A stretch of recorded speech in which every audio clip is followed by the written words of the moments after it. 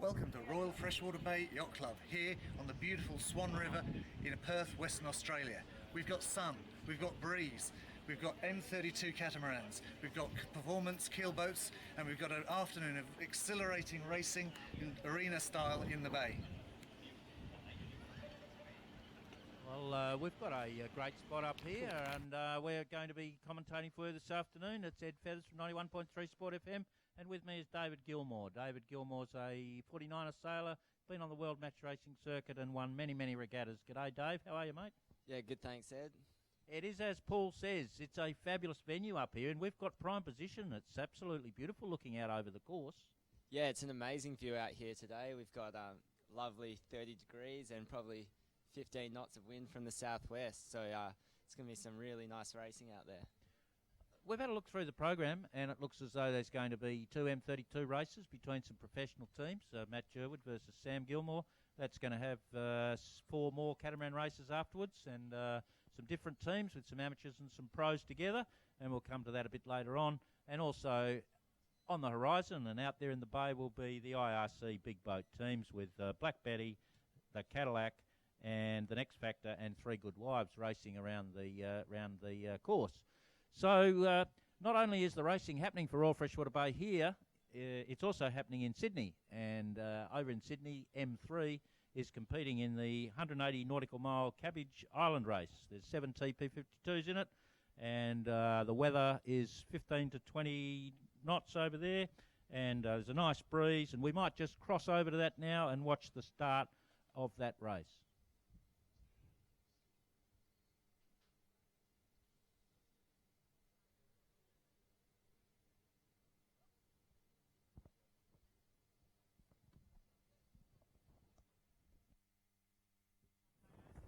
Seconds to burn. 10 seconds to burn. Main sheet. Main sheet. Okay. Filming with the main sheet. Off the burn. 40 seconds. Yep. Burn. Building pace. Building pace. Building pace. Come on. Come on. 10 seconds. Building pace. We're racing. 25.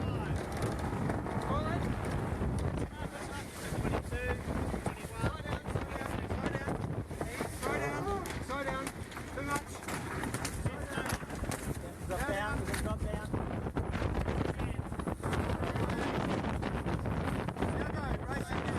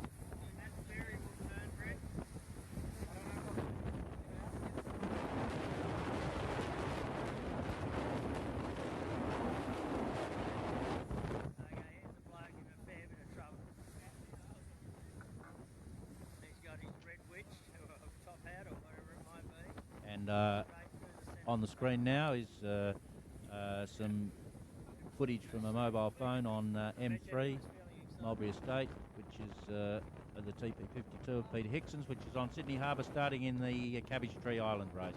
And maybe some people might be interested in who's in the crew, so let's just run through it. The crew list is probably going to be exactly the same for their tilt at Sydney Hobart this year.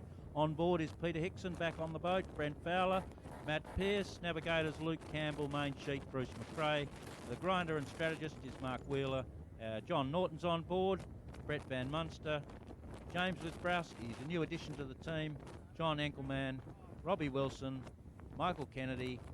Ollie Marshall and Phil Hunneby Marshall. So a few good names there, Sam, and maybe that addition of James Lisbrowski, that seems to be a good one. Yeah, for sure. James is a very talented young sailor. He's sort of been doing a lot of stuff this year overseas with the match racing tour as well as the GCs, and a lot of work with Red Bull and their new youth foiling generation events that they're holding around the world. It looks like there's fairly light conditions for the start. It looks like a little bit of a light northeaster as they started, and Mulberry stayed in a good position ahead of a couple of the other TP52s as they make their way up the course, and it looks like a nice day over there, but not as nice as it is here in Freshwater Bay.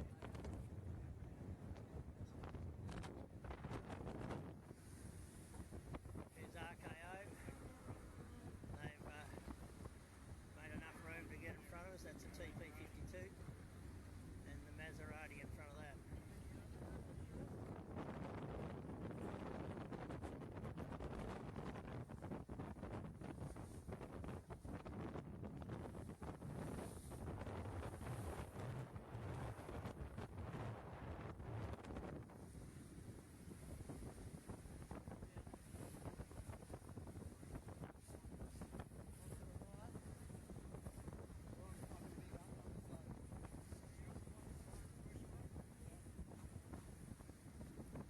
The 80-footer Maserati going in straight in front of us.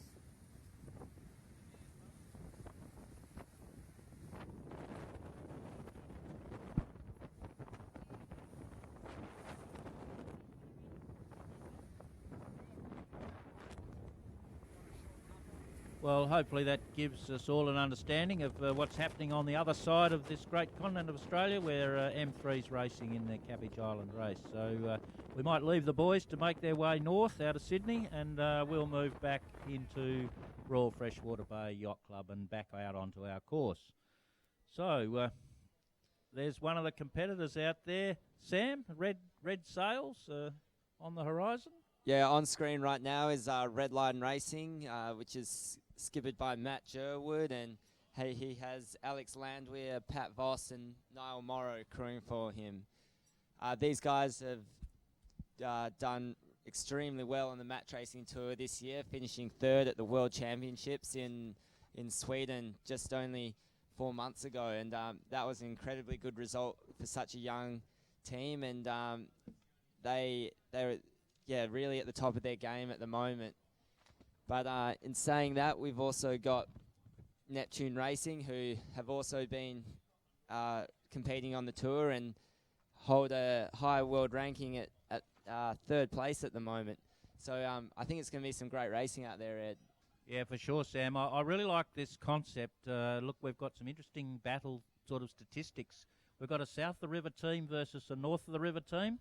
We've got two sailing dynasty families versus each other here from Western Australia, and a couple of university boys. And as you say, third in the final at Marstrand was Matty Jerwood, and ninth was Sam Gilmore. So I've had a look at the results of some of their racing, these boys, and it seems like Sam's had the wood over Matt in the mono hulls, but in these catamarans so far, it does appear that Matt has been the better performer. So it's pretty exciting, and it's going to be an afternoon of some action and hopefully not too much carbon fibre left out on the water. Yeah, for sure. These boats are extremely fast, and the downside to that is when they come together, and if anything goes wrong, it's going to be a big crash. So we hope that none of that will happen today, but looking forward to some fast racing. So Sam, there may be some new people watching or here on the lawn. Maybe we could run through the course and before they get into their first race and how it should transpire. Yeah, so with these catamarans, it's a little bit different to traditional race courses. They have the start, which is set side on to, or 90 degrees to what a normal start would be. So the boat end of the start line is to windward, and the pin end's down to leeward, and they actually reach off, beam reach side onto the wind to a mark that's about in the middle of the course. From there, they head downwind to a set of bottom marks, which are a gate. Then they head back up to the top marks, and depending on the amount of laps they'll do either 2 or 3 of those bottom to top runs, and then it'll be back to the middle mark and a fast-paced reach to the finish. Okay, so that's the course, and it's a red for Redline Racing from south of Perth, and a blue for the traditional colour of Royal Freshwater Bay Yacht Club. So out on the water, we can see that at the moment there's a boat coming up to the Redline Racing team, and there's a little discussion there as they prepare themselves for this race, and they're just getting an eye on what's going on. There appears to be no green flags on either of the boats. There doesn't seem to be any reason to delay the start, which we understand will get underway at 5 o'clock fairly sharply. So that's just Redline Racing with the 4 sailors on board and a 5th observer on the boat who's sailing around on Redline Racing, Alistair Murchison, a young Etchell sailor who later on today will be on the helm in the racing towards the end of the afternoon. So we just stick with Matty Jerwood's team, Redline Racing. He named this because Redline Racing because he likes the red colour of South of Perth Yacht Club. That's why he called it Redline Racing, and there's the boys on board. Sam, what are each of those sailors that we're looking at now on the screen, what is their role on the boat? Yeah, so we've got Matt, who is sitting at the back of the boat, steering the boat.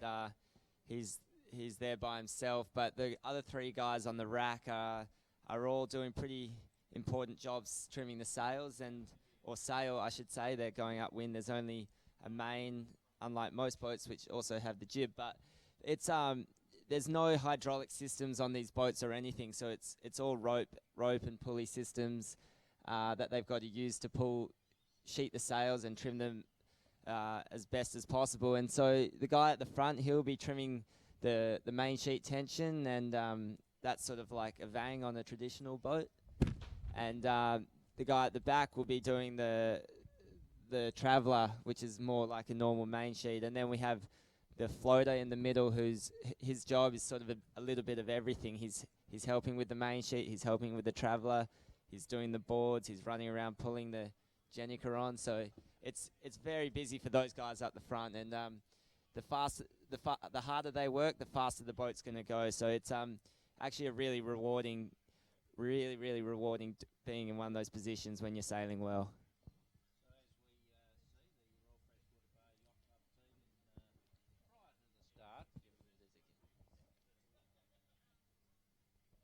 Prior to the start, just doing some limbering up and having a look over the course, and those guys now on the boat sort of working up and getting a look outside the boat and deciding on what direction they are and where it'll happen. So fairly shortly we'll have a start, and we're sticking with the Royal Freshwater Bay Yacht Club, and in the distance here in Western Australia, if you're not from here and watching this in another state, that's looking over towards Point Resolution and the White Beach in the distance. The race course is going to be right in front of us and in front of your screens, and there's a bit of action coming out onto the course. Yeah, there are some of our young sailors from the junior club of the Optimist training this afternoon, and there's about 10 of them training on the water today, which is quite a good number to see.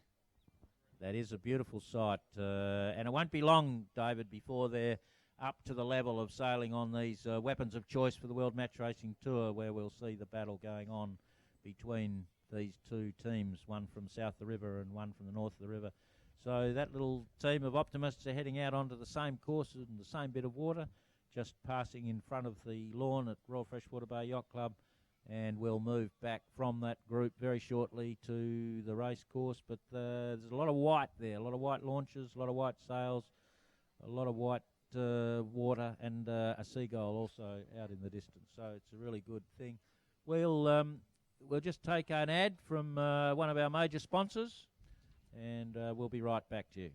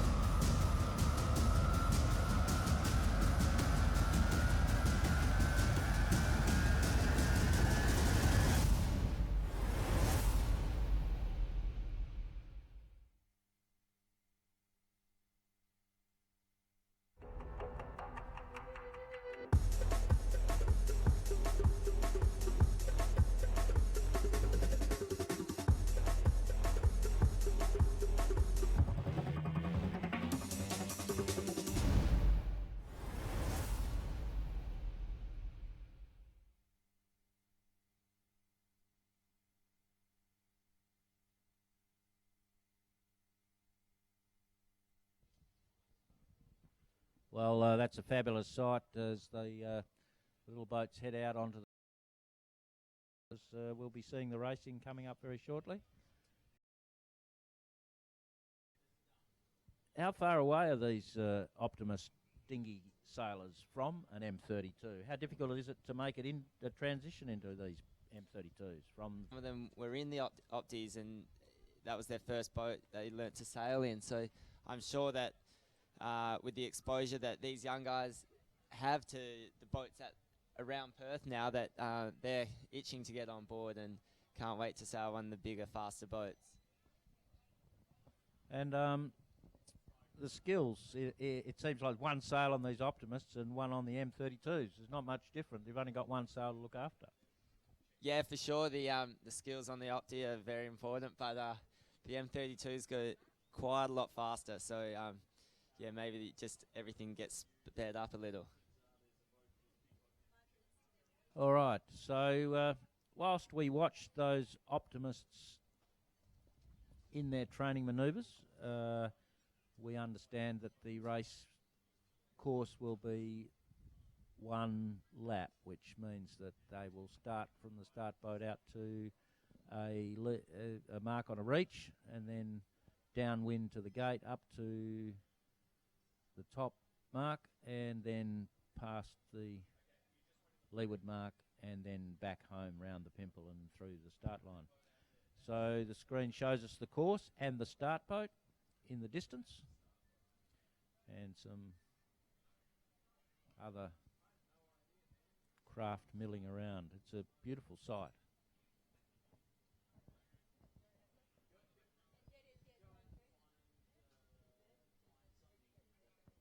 The boats appear to have disappeared, but they actually haven't. The boats are out there, but beyond the screen, and the boats are just standing by, waiting for the start.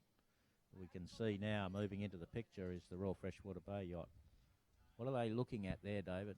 What are they doing on that boat? Oh, they've just done a few laps of the course to try to figure out what their strategy would be, and like I said, it's pretty hard work for the crew. So right now, with only a couple minutes until it all kicks off, they'll just be trying to recover, just make sure they're ready to go,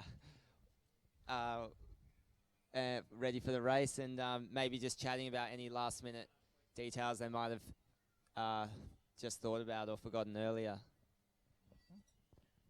Yes, both boats seem very calm at the moment. It's not going to be that calm for much longer, I suspect. We've got one boat, the Royal Freshwater boat, on the screen, and quite a distance away from them is the Red Line Racing yacht.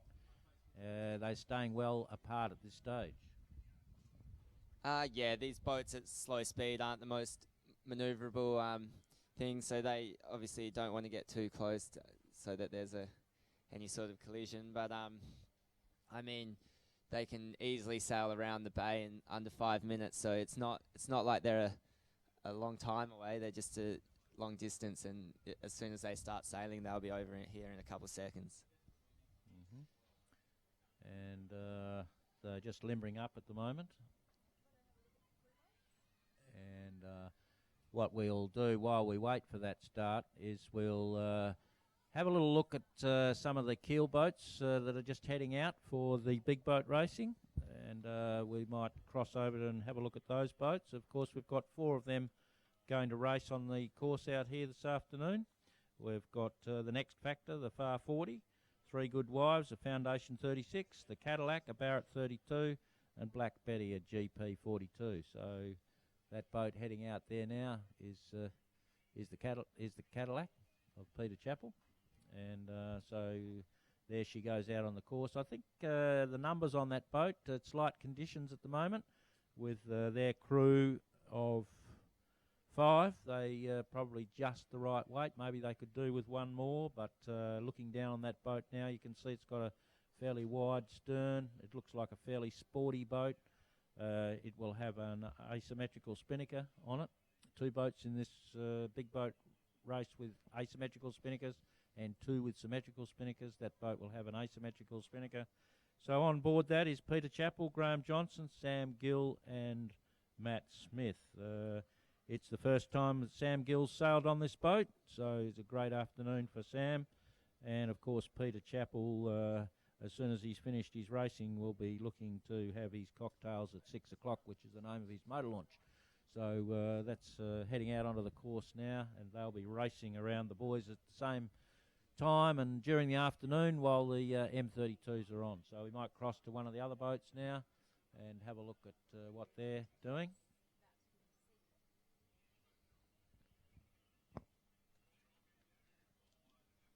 Of course, this footage is coming to us from Komodo. Komodo is giving us the drone footage, and they doing a fabulous job in getting the boats on the screen. And we just crossed momentarily back to the M32 of Sam Gilmore's, and they're just hanging around the start, it looks like.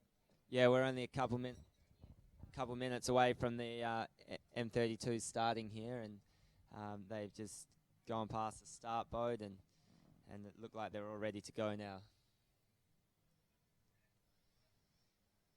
All right, so very soon we're going to have a start. Can't see any flags or anything, but we are quite close. Yeah, the start sequence is a little bit similar to the old match racing starts, where they both boats have to enter from separate sides, and they'll enter the start at 2 minutes, and from there they'll have 2 minutes to jostle for positioning, and it's all go after that to the reach mark, which is the mark just off to the left of the Red Line Racing's bow on the screen there. So off that screen and out on the water at the moment, it appears there is a motorboat hanging around the Red Line Racing team, and so maybe that's what's been holding us up a little. Yeah, possibly. We maybe have had the wind die a little bit there, Ed. It's looking a little bit light on the course, watching the Freshie team heading upwind there. So let's just, for those who can't see and are at home, a southerly breeze, southwesterly breeze. Yeah, we've had a southerly in for a few hours now, and it was around 15 to 18 knots before, but now maybe dropped to 10 to 12. So it'll be interesting what happens in the next little while before they get into the start. Well, maybe we can use our fantastic people from Komodo to have a look at some of the other bigger boats that are heading out onto the course, and see if we can find where they are, and maybe have a look at those while we wait for the sorting out of the Red Line Racing team. And we maybe cross and have a look at the other 3 boats. We've had a look at the Cadillac, the Barrett 32 of Peter Chappell's, and so whilst we await a start sequence, we probably should have a look, if we can, at the other boats. Black Betty, a GP 42, should be the fastest boat round the course. The Next Factor, perhaps second, and then the Cadillac maybe third, and 3 Good Wives, the Foundation 36, probably the 4th of the boats. That's our predicted position, and maybe the Cadillac and the next factor, they could change places, second and third and second. So whilst we're waiting for this start sequence, we might just take a bit of footage from some of our other racing and just let you have a look at that, and we'll come back to the course once we understand there's a start sequence in play.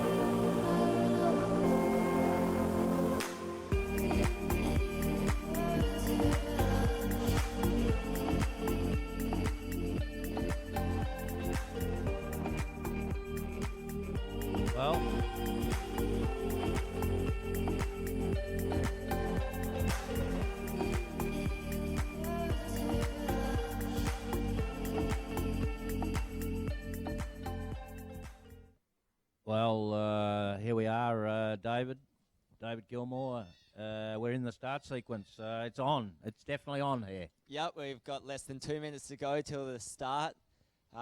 Red Line Racing on the red boat entered had the leeward entry, and Freshie had the windward entry, and they're now trailing away from the start. Basically, the guy that's leading at the moment will be able to decide when to turn back to the line, and will be leading the start back to the line. If they go too early, the blue boat will be able to push them back early. If they go too late, the blue boat can choose to go back before them. But it looks like Redline have jied back first and are leading back to the line ahead of Neptune Racing here. Well, it's on. It's definitely on here. South and north of the river, blue and red, south of Perth, Royal Freshwater Bay Yacht Club. It's getting close to a start now. Can they just sit there and suddenly accelerate? Yeah, these boats accelerate really quickly. We just see Neptune Racing pulling out the Jenica now to get a little bit more speed. Basically, Redline are trying to slow up as much as possible because they need to slow everything down so they're not over the start line, while Neptune Racing are aiming to get as fast to that line as possible and make Redline early. 10 seconds now to the start gun here. They're both racked up for good starts. 4, 3, 2, 1. Both boats away with great starts. It's going to be down to whether Neptune Racing can hold that leeward position or whether Redline will roll over the top of them, and which it looks like they're doing at this stage.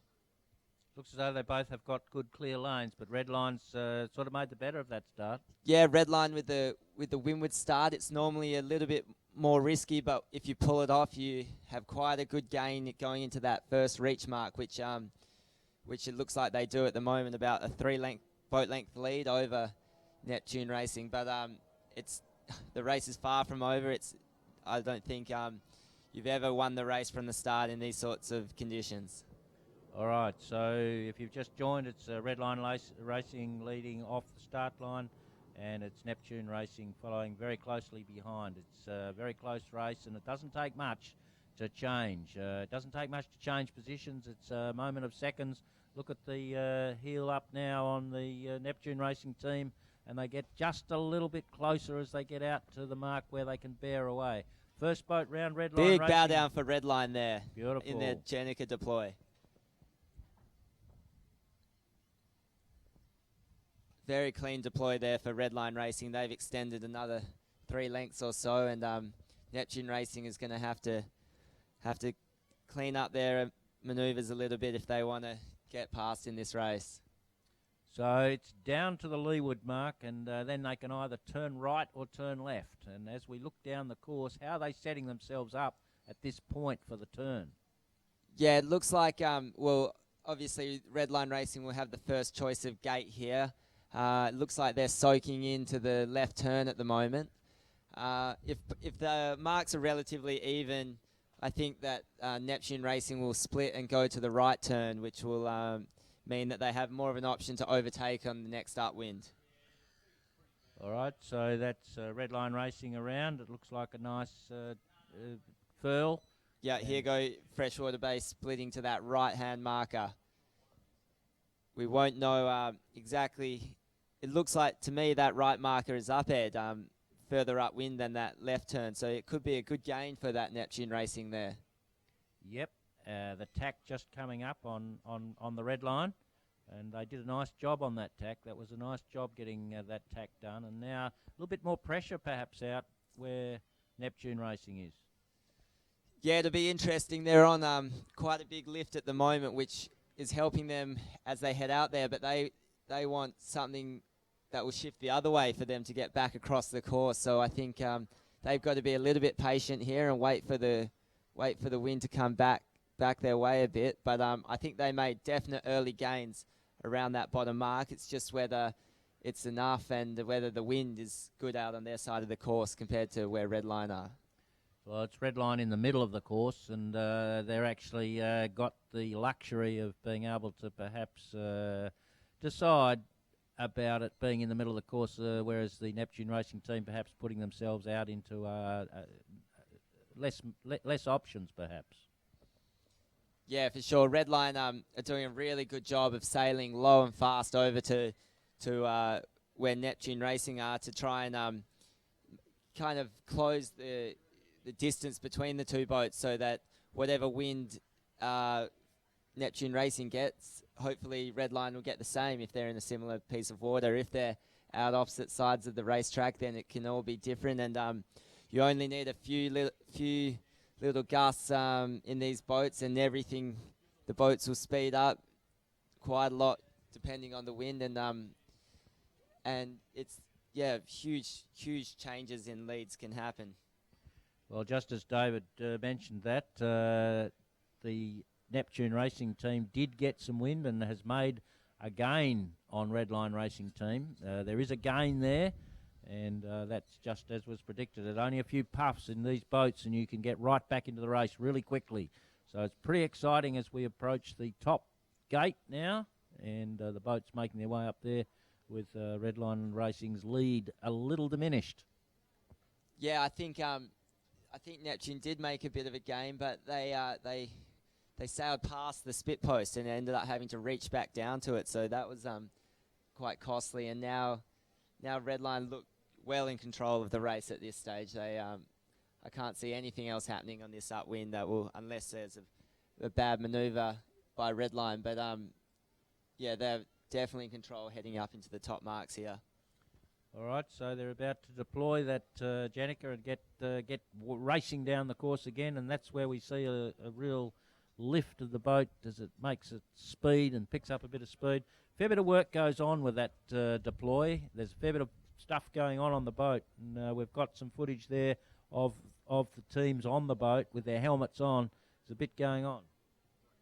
Yeah, for sure. It looks like from a long distance away, the guys are just sitting there, but I can assure you that their heart rates will all be above 160 for this entire race, especially the guys crewing. The skipper has a slightly easier job just steering and making more of the decisions around the course, but in the deploys, especially when they're pulling out that Janica, it's a lot of hard work going on by the three guys crewing. Another nice deploy by Redline Racing, and we see here Neptune following around the top marks there. That was much nicer than their first deploy at that reach mark. In this format of racing, the boats are allowed to hit the marks without any penalty. So if we see that happen, then that's okay. They can keep sailing. But the risk of going too close to the marks is sometimes they get caught on the centerboards and rudders, which we see happen quite often with everyone pushing the limits at these corners. Well, the boat's up on one hull now, and it's making a very pretty picture as it makes its way down the middle of this beautiful bay. And large crowd down here at the Royal Freshwater Bay Yacht Club monitoring all of this race. This is the first of two races between these two teams, these two competitive teams, these two teams who are highly ranked on the World Match Racing Tour. And so it is Matt Jerwood a little higher ranked in the racing of the catamarans. He has had better results than Sam. So it's going according to what you would have expected at this point in time. Yeah, both boats, I mean, we've probably got 13 to 15 knots out here, but both boats would be doing over 20 knots downwind there. They really pick up and go in this sort of breeze, and they've also got a reef in the mainsail. As soon as it hits about 10 knots, it's actually faster to downsize the mainsail and go the one reef, and that's what they've got out there. They don't get to choose that, of course. The race committee decides so that everyone's sailing with the same amount of sails up, but yeah, they're going seriously fast down there at the moment.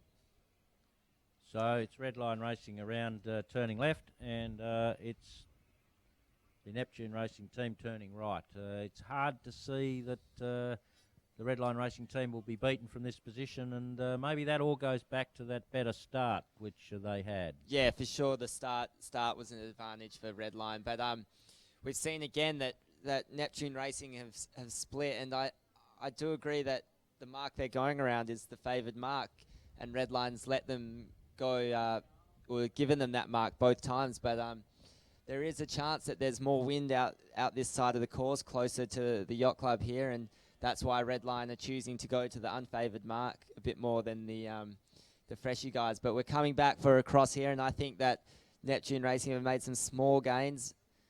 They won't be in front, but it'll be much closer than it was before. Indeed, indeed, and we can see both boats on the screen. So David Gilmore, who sailed these boats, N49ers, he's right onto it with all the information and keeping us well and truly up to speed with what's going on. But look at that, the Redline Racing don't want to see Sam in a different bit of air. They had a nice job in the tack and just doing the traditional match race thing of sitting on the top of him and making sure that he's got him under control. Yeah, they've gone right on top of their wind, and now it's up to Neptune Racing whether they decide to try and hold in that quite difficult spot or whether they tack out. And it looks at the moment like they're trying to hold, and I know they're tacking as I speak, and so they'll be right now trying to put a few tacks in to sort of get clear of Redline Racing's hold on them, and it's going to come down to who's doing the better tacks here as to who will come out of this in front. So it looks like they've done both tack back. They've got the reach mark to go around, and then it's a fast-paced reach into the finish. But I think not much will change on this final reach. That was Neptune Racing's last chance for an overtake, and Redline made no mistakes there and were able to hold on to their lead, and they're coming in fast with the Jenica now. These boats with the lifting centerboards really help keep the bows up on the reaches and that sort of things. They're not fully foiling, but they can do some big wheelies when they get enough lift in the centerboards and they're going fast enough. So there's not much chance of nosediving these things, is what's quite good about them. So it's Redline Racing with Matt Jerwood and his team. They are ranked 7th in the world at the moment, and they're going across the line ahead of their competitor in Sam Gilmore, the Neptune Racing team, ranked at 3rd. So Matt Jerwood's got his traditional team with him. Alex Landwehr, he's been sailing with a while, and Niall Morrow and Pat Voss. I noticed one of Sam's crew away at the moment, Wong. He's away. He's a little old. He's 30 years old, David. Yeah, he had his 30th birthday the other day, and they like their youthful image, that team, so maybe they're looking for someone else now. No, I think Wong is away at the moment, and it definitely helps having your normal guys on board, but they've got Damien Garbowski filling in for him, and he is a very, very good catamaran sailor. He sailed with you, hasn't he? He sailed with me in a few events, and he's done the last year's match racing tour with Steve Thomas from Royal Perth, and now this year sailing with Torva Mersky, who's making a comeback in the match racing scene. Okay, so what's happened is we've had the first to-do between these two great teams, and we'll come up with a second one very shortly. So we'll just take a word from our helpful sponsors, and we'll be right back to you in a moment.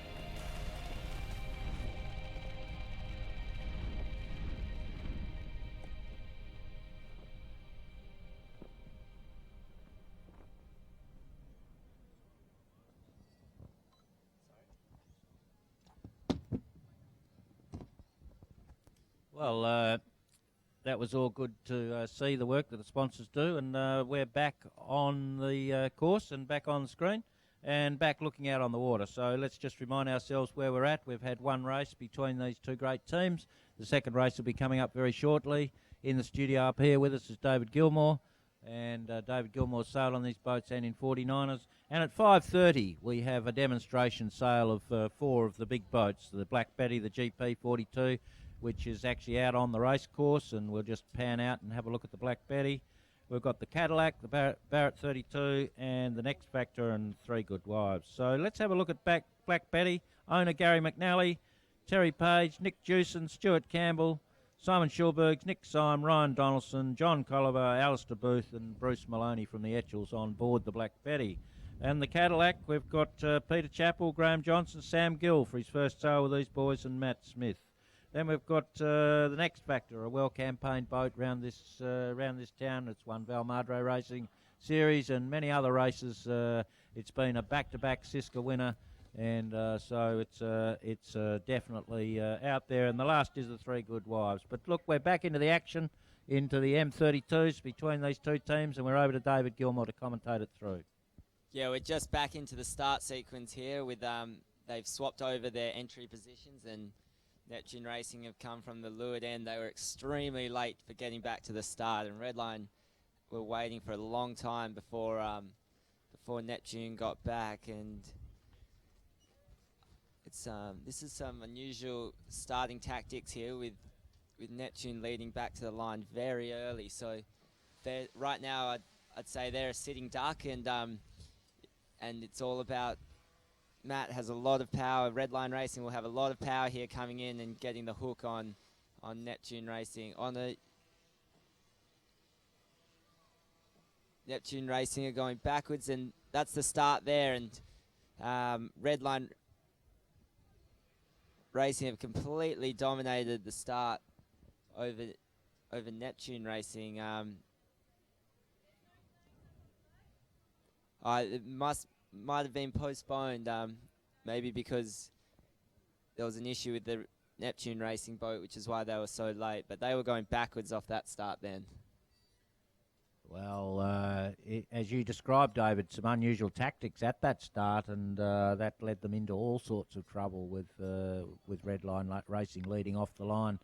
And quite a significant lead it is as they make their way out to the first mark, which is a red mark out past the lawn out towards Point Resolution, which they will then bear away around and deploy that Jenica. So Redline Racing just coming up and a little bit of a deploy now. They've got the luxury of plenty of room as they lead their opponent by quite a considerable margin. And oh, whoosh, there's a wisp of water as they race down the course, and these exciting boats make their way down towards the gate, well ahead of his competitor at this stage. And I don't know what happened there, but it's not a good start for the Neptune Racing team.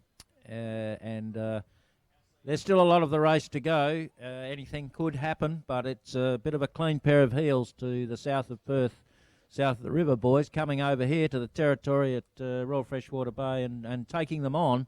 It's certainly at this point in time looking like a pretty good result for Matt Jerwood, who, as we said earlier, has certainly had the wood in these boats over his competitor Sam Gilmore in the battles that we've seen down here in Fremantle, where they met each other, and up in Marstrand in the World Match Racing Tour, where Matt Jerwood, who's in the lead, had the luxury of making some good money. And notice those boys have had a nice haircut. They look trim. They look as though they've come into a bit of money, I have to say. It's good money on this Match Racing Tour, isn't it? Yeah, it's getting better. The Marstrand was an incredible event, and with $1 million for first place, it was very, very enticing for a lot of teams to do well there, and they decided that rather than one team getting $1 million, that all the teams had decided before the event started that they would share it all around, and so everyone got a piece of the pie, so to say. And yeah, there's definitely a lot of money, a lot of good money in the sport at the moment. Well, just as we speak, a relatively slow tack on Redline Racing, and the competitor into a bit of pressure. the competitor making its way up towards Royal Freshwater Bay Yacht Club. So can they pick something up? Is it too big a distance? That's the questions we're asking ourselves as we look out onto the race course. Yeah, I think they've extended their lead almost double here. With it looks like the wind's shifted quite a long way left out where Red Line Racing are at the moment, and yeah, I don't know. That right mark was favoured, and now with the left shift, it's even more favoured out that side of the course. So yeah, they would have doubled their lead, and it's going to be a hard task for the Freshie team to catch up from here. David, is it time on the water on these boats? Is it time on the water and time on the boats that is making the difference for this team, do you think? Yeah, I think with these boats being relatively new for everyone sailing, at the moment the guys that are able to spend a little bit more time training in them are able to sail them that much better. I mean, we're pretty lucky in Perth that these boats are here, but it's just hard to get hold of them and be sailing on them regularly, which some of the teams around the world are able to do. Okay, so we're approaching the top mark for the first time, and it's Red Line Racing coming in. So we might watch them round this mark, as we can see, and our screen. And what we're looking at in the distance, of course, is the big boats who are lining themselves up further down the river for their first start of the afternoon's racing. 2 races to come for those guys. And, of course, they are 4 different sorts of boats, but it's going to be interesting to see how they race up the course, and a big demonstration of how these boats are. Fabulous boats, different, 2 with symmetrical spinnakers, 2 with asymmetrical spinnakers. And so let's just pan out and have a look at those down there. And they're over at the Dalkeith foreshore. And if you direct your eyes, if you're here on the lawn, down towards the city, down towards the Dalkeith foreshore, where Rolly Tasker used to live for some time, and Alan Bond, then you can see the boats lining themselves up for a start. We're sort of into the start sequence there, and so they're going to make their way up the course. So let's just have a look at that for a little while. The boat on the screen there is the... This is Three Good Wives, Ed. 3 Good Wives. What an interesting name. It's a great name, isn't it? Yeah. I like it. I think it's because they already have boats, and then the 3 owners, they decided that their wives would let them buy another boat. That's pretty decent, I reckon. Yeah, I don't quite understand it, but yeah, it's a good name. They've got Patrick Klein, Craig Carter, Bill Henson, Lawson Shaw, and Giles Harden-Jones sailing on board today, as well as Ian Klein. Okay, so we might see some green shorts mixed in with some other shorts with the Klein there, and so plenty of those green shorts mixed in with some others, and I guess it'll be good to see how they go. But it looks as though they're down there getting ready for a start. We can't be too far away from the start now, and so let's just keep an eye on that. I guess they've got to make their way up the course, so it'll be a windward work, and we'll just see what the relative positions are. It seems like the Black Betty trying to get a boat end start, and it's being held up rather nicely there. Yeah, it looks like Black Betty and Next Factor are at that windward end, looking to start on starboard. Black Betty tacking away, maybe a little bit too close to the far forwardy there, and I think they don't have long until their start will go. It looks to me like the Next Factor's done a nice job of buzzing the Black Betty off. Yeah, they might actually be late. We've got the Cadillac coming in on port there, trying to cross in front. I think they have crossed in front. Indeed. So a risky start, but they've pulled it off. It's good to see by the smallest boat out there at the moment. Peter Chappell, he's a good sailor, and Matt Smith on board, and Sam Gill. So good start on port and making their way up. I guess it's hard to know, but traditionally in this bay, starboard tack out and then across, I think. Yeah, I think actually Three Good Wives has probably had the best start there down at the pin end. They, with this left-hand shift, it looks like just being further to that left side of the bay will be pretty powerful, and it looked like a big pin bias to me with Cadillac being able to easily cross the guys at the boat end. So, yeah, I think that was a good start by them, but the other boats are a little bit bigger and maybe a little bit faster upwind, so it'll be close when they get up to the top of the course. All right, so it's now a division of opinion, and it's still Cadillac of Peter Chappell who's still on that port tack making its way towards the Yacht Club. And it's fabulous footage that we're getting from the roof of the Yacht Club and also from the drone, which is being flown by Komodo. And so it's very good. But as we watch that race, of course, that second race between Sam Gilmore and Matt Jerwood is coming to a conclusion. And, David, they're just coming to the finishing line. Yeah, Redline Racing has been able to hold on to their lead very easily here and even extended throughout the course. So they've done a really nice job this afternoon of just sailing, getting good starts and just sailing away from Neptune Racing. And they're going through the finish line there now, and they'll be happy with that result, I think. Okay, so with regard to the M32s, that's not the end of the M32 racing here this afternoon. Whilst the big boats are racing, there will now be some changes of crews, and we'll have 4 of the M32s out on the race course. We'll have a team helmed by Ian Jenkins, and on that boat will be a couple of the sailors who've been sailing in this earlier racing.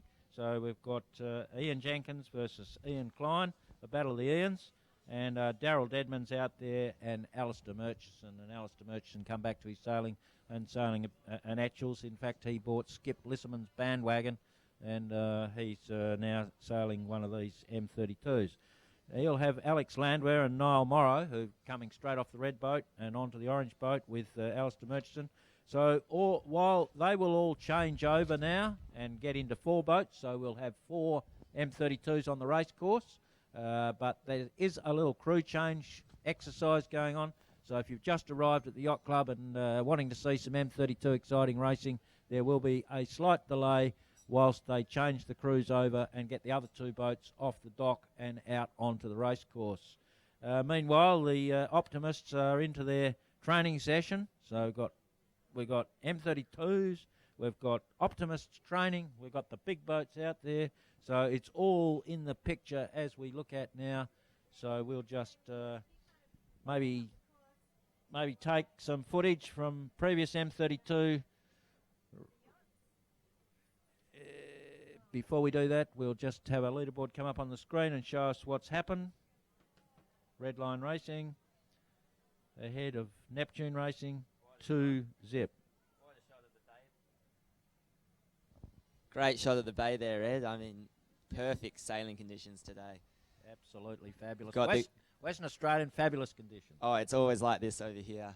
Got the keel boats over the other side and the catamarans over this side. They're just heading around the top mark at the moment. The next factor, and we're able to get around that mark in the lead, and followed closely, very closely by Black Betty and 3 Good Wives close behind. What will be interesting in this racing is I don't think these boats are used to such short courses, so I think the boat handling downwind will be really important, and that could be a big factor in how the race ends up. Indeed, and people working hard on those boats in the short course racing. So it gets down to who's pulling up the spinnakers and who's doing what, and so also different strategy with the symmetrical spinnakers versus the asymmetrical spinnakers. Yeah, it looks like Black Betty have even opted to not hoist their spinnaker at all. Maybe they didn't think they would be able to pull it up and down in time, but the Cadillac has just rounded the top mark now, but what they lack in upwind speed, I think they'll make up for downwind. They're the smallest boat out there by a long way, but they're a very light boat and will be really fast downwind with their asymmetrical spinnaker. Okay. Big red spinnaker. So the leading boat at the moment.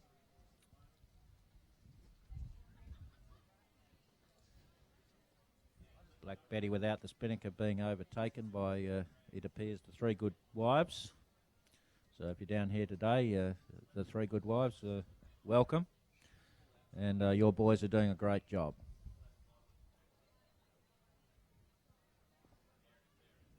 It's down to the bottom mark for these big boats. And the Cadillac, they're only maybe halfway downwind, but I think they've already halved the lead of the lead boats. They're catching very quickly, so I think it's all going to get really compressed down at the bottom of the course here. picking up a nice bit of speed now, the Cadillac, with that breeze, and look at them go. Come on, the Cadillac. I mean, upwind, the speed's generally determined by your overall length, boat length, and but that sort of works against you downwind with more surface area and more weight on the boat. So the Cadillac is a bit smaller and a bit slower upwind, but very light, and they don't have much boat, so downwind they can be planing very easily, sailing really fast. Next factor, just dropped their spinnaker, look like they're going around the leeward mark now. And I think it's the Cadillac that have moved up into second place.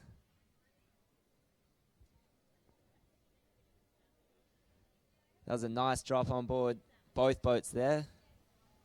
And we have Three Good Wives following them around with Black Betty on the outside at the mark. It's very, very close. Indeed.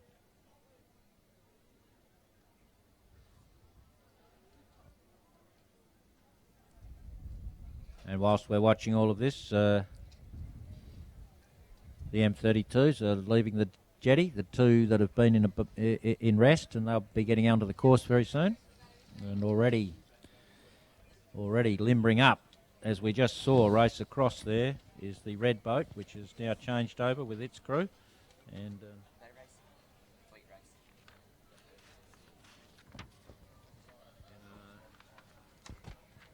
so that M32, the red one's already on the course and limbering up with their new team. So let's just run through who they are for a moment. That's got Matt Jerwood and Pat Voss as the experienced M32 guys on board, and they've been sailing really well so far today. So it'll be interesting how they go with Daryl Deadman on the helm and Alan Payne trimming, sailing with Ian Furlong.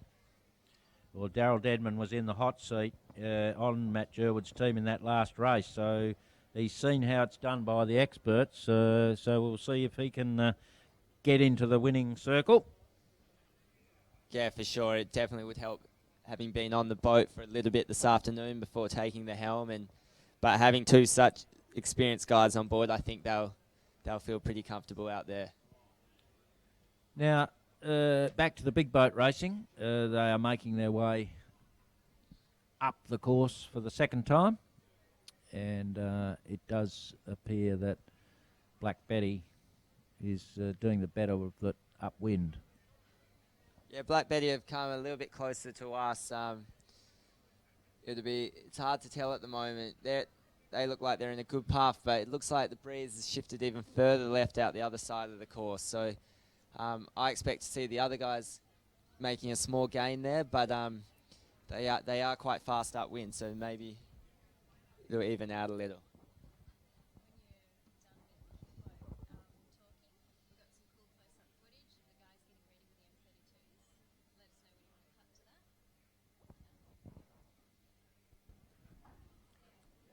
So while we're looking at these boats go up the course, let's just have a look at the footage from the guys on the M32s getting ready for their racing, and we'll just cross to that.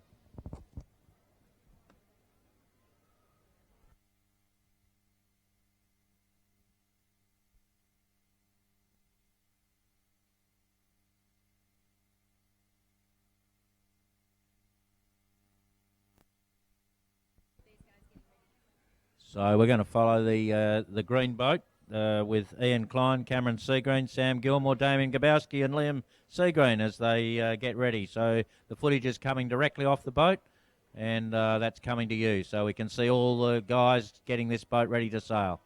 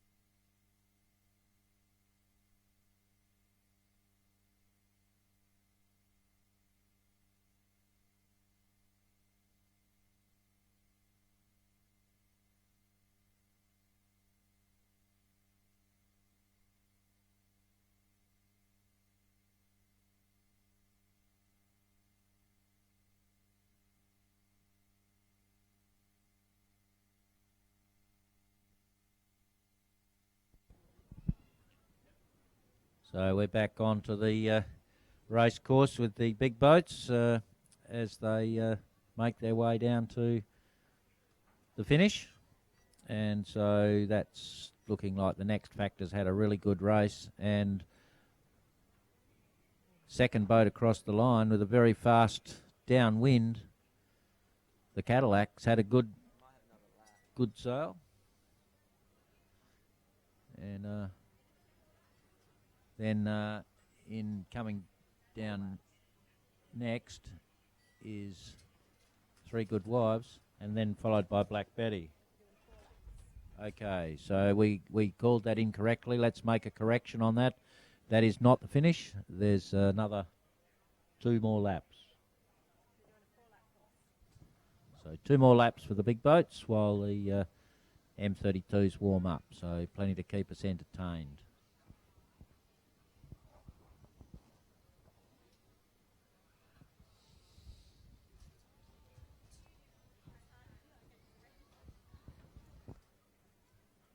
That is the Cadillac there with, in the distance, the Dalkeith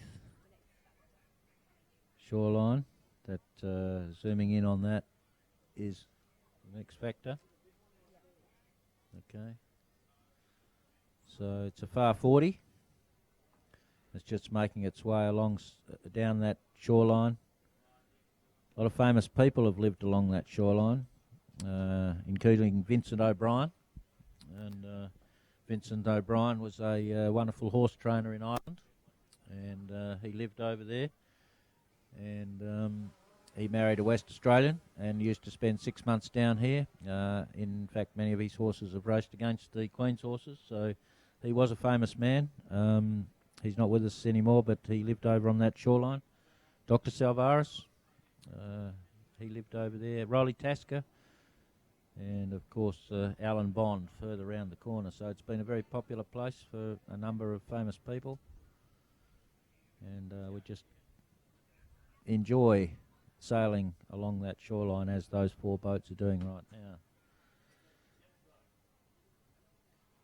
So with 2 laps to go, the M32s are limbering up with their new crews on board.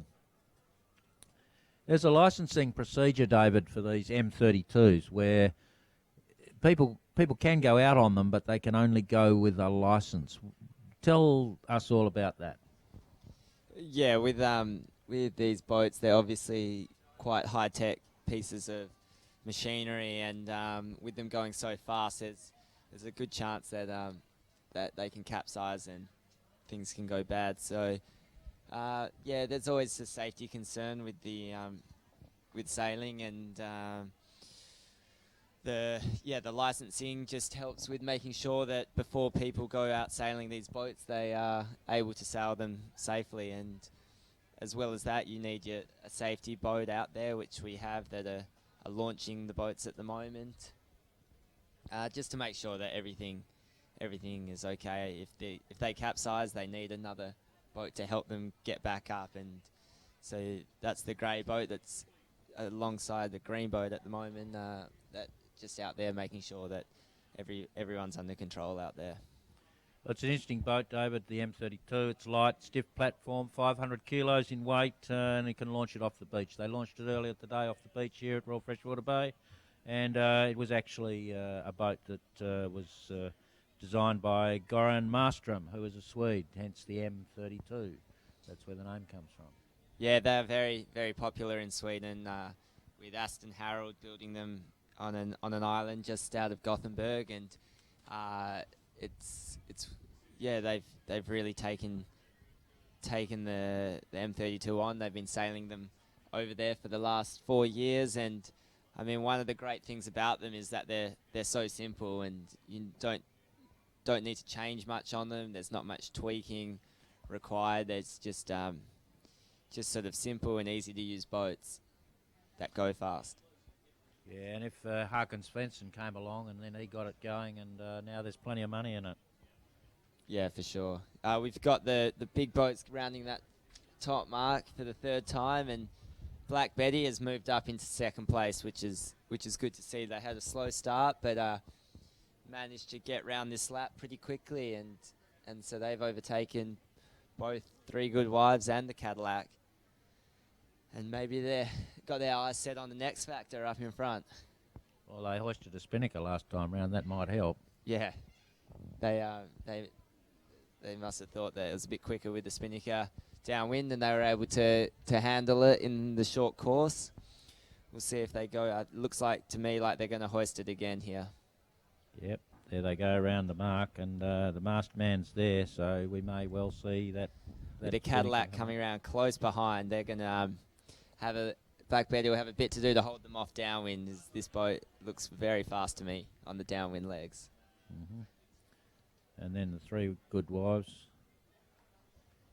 Of course, Craig Carter's out there working today and working on the boat. He's normally driving, so he'll be on there. Oh, is he on the bow, is he? I don't think he's on the bow. I think he's on the boat. He's listed as one of the crew. Our screen at the wind. Making sure that main's working as they move downwind, and well for the team. Standing nicely on the boat. Pictures are giving us good viewing of what it's like to sail on the boat. Once the manoeuvre's done and they're round the mark, it's like Cadillac have overtaken Black Betty, but they got a bit of a wine glass in the spinnaker through that jibe. Spoke to Ian Chappell before the racing, and he said if we could get a 2nd place higher, that would be a really good result. So they'd be feeling good about their position at the moment for sure. Yeah, they're doing a great job at the moment, but yeah, like I said before, it just does suffer upwind compared to the bigger boats. Yep. So the next factor, these guys then are making their way up the course for. Must be the last time this time. Yeah, this is their last leg. We've got the 4 M32s out on the course now, and that was Ian Klein on screen, just sending the boat on quite a fast reach. Ian was telling me before how excited he was to be out on the M32, but he won't reach. This is Ian Klein from the J122.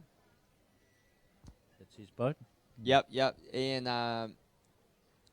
Ian, yep, from Joss, and also has the Three Good Wives that's sailing out on the other side of the bay at the moment. Whew. He's like Peter Chappell. Peter Chappell's got that and the launch, and he's got the Etchells. These blokes love having a little navy, don't they? Yeah, very busy man. All right, so back to the M32s.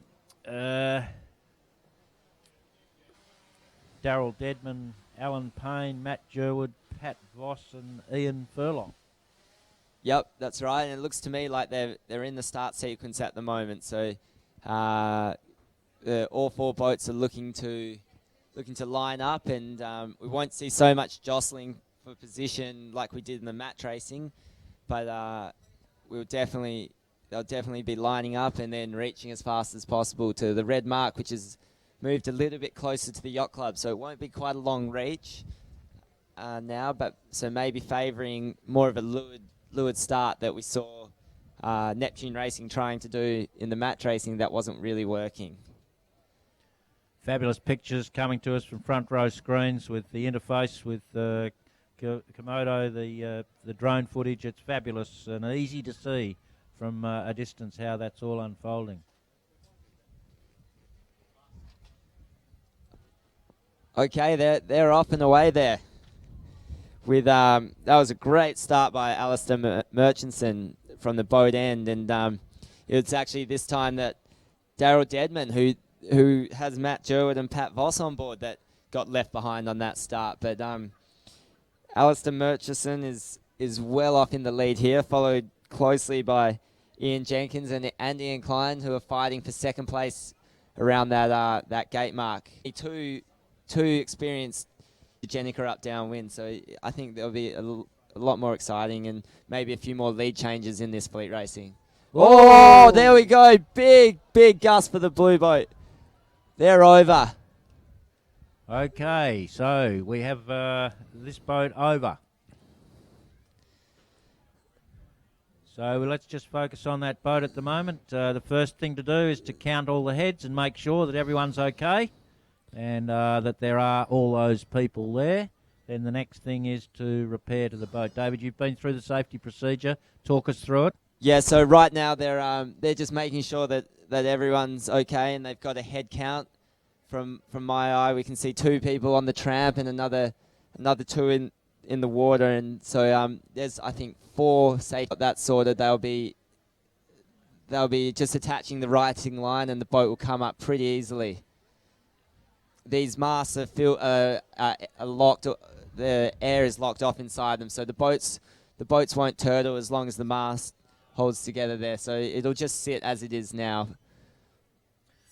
Okay, so once they've got everybody safely done and dusted, then it's about pulling it up into the wind and getting the boat up and going. The drone out there to get some footage of that procedure all occurring. Then we'll just stick with the race course, and at the moment Alistair Murchison seems to be doing a pretty good job in leading the fleet. And in second place is Ian Klein and his team of Cameron Seagreen, Sam Gilmore, Damien Gabowski and Liam Seagreen. So it's a green by name and green by nature out there with the green shorted guys. Yeah, they're doing a good job. They look like they're quite close to Alistair Murchison, who's in the lead. So it's going to be very, very close as they head up to the top. And I mean, all boats would have seen that the other boat, the blue boat's capsized now. So they'll be probably a bit more caught. It's not that windy out here, but quite gusty, which makes it very difficult to sail these boats as the wind speed's changing a lot, and big gust downwind can send you over, especially if you don't react quickly.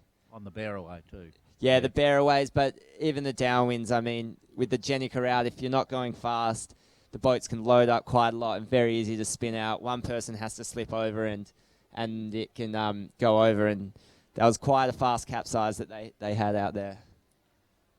All right, well, we're endeavouring to get some footage of that boat that has capsized for us. Meanwhile, back on the race course. It's Alistair Murchison coming up to the top mark. But big overtake by Daryl Deadman there. He was not moving on the start line and a long way behind the rest of the fleet, but he's overtaken Ian Klein. So yeah, this will be interesting as they head up into the top. If Ian Klein can lay this top mark, he might just be in front, but Daryl Deadman has made some big gains. It'll be all on whether Ian Klein lays that top mark or not. Matt Jerwood and Pat Voss on board, giving him a hand with all of that. Yeah, they were sailing quite nice and a good job to get back into this race. So we're just going down to the finishing of the big boats. We've got Next Factor have just crossed the finish line, and they'll be happy with that race. They started pretty nicely and were able to lead the race from pretty much the first mark. I think the Cadillac and Black Betty are coming in on port and starboard, and it'll be quite a close finish between them. I think Black Betty started off that race quite slowly and managed to get back into it by the end, but they'll be hopefully looking in the next race to start a bit stronger, I think. So that's Cadillac in second and Black Betty crossing the line third. Then we have Three Good Wives coming downwind just behind those guys in fourth position. Well, some great racing. So there it is. The Next Factor, Black Betty, the Cadillac, and Three Good Wives in that order. I think, as we said, that's been good. A second race in that group coming up very soon. But whilst we wait for the Three Good Wives to cross the line, we might now cross back to the M32s. And so here we have the blue boat coming up. Right, again they're being towed over. Yep, it looks like the boat's upright, and I'm sure it'll be okay to sail in the next race. Good news. Maybe a little, the guys on board will be a little shaken, but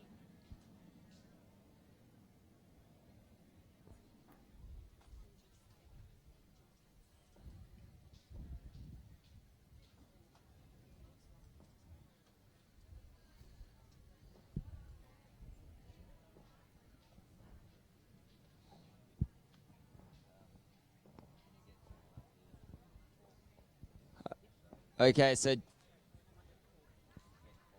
Alistair Murchison doing a nice job this race of holding on to his lead while the other two boats behind are sort of jostling for that second place still, and there's some big gusts coming through the course now.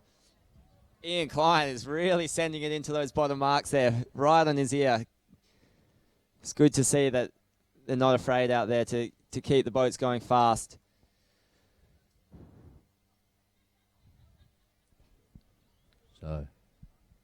So a lot of these guys, it's their first time sailing these boats, and they look like they're handling them fine there, Ed.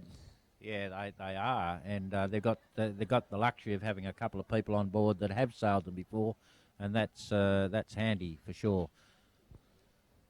Yeah, I think the blue boat, which is capsized, that's sort of it's not common, but it's definitely a risk of racing these catamarans, and they're up right now, and it looks like they're sort of sitting around waiting for the next race while these other three boats finish their first race. And we've got Alistair Murchison coming in on that final reach into the finish. The bows sort of, a lot of spray coming off that leeward hull there as they fly into the finish.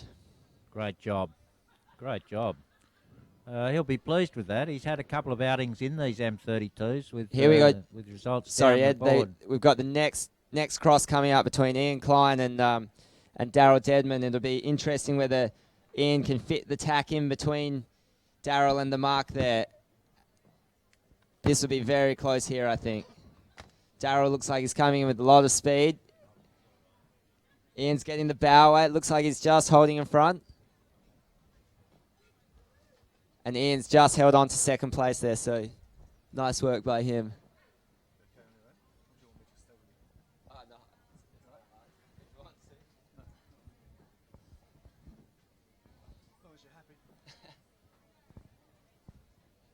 So great work by Ian Klein there to fit that last tack in at the mark and re-overtake Daryl Deadman, who did a great job of getting back into the race after going backwards at the start line.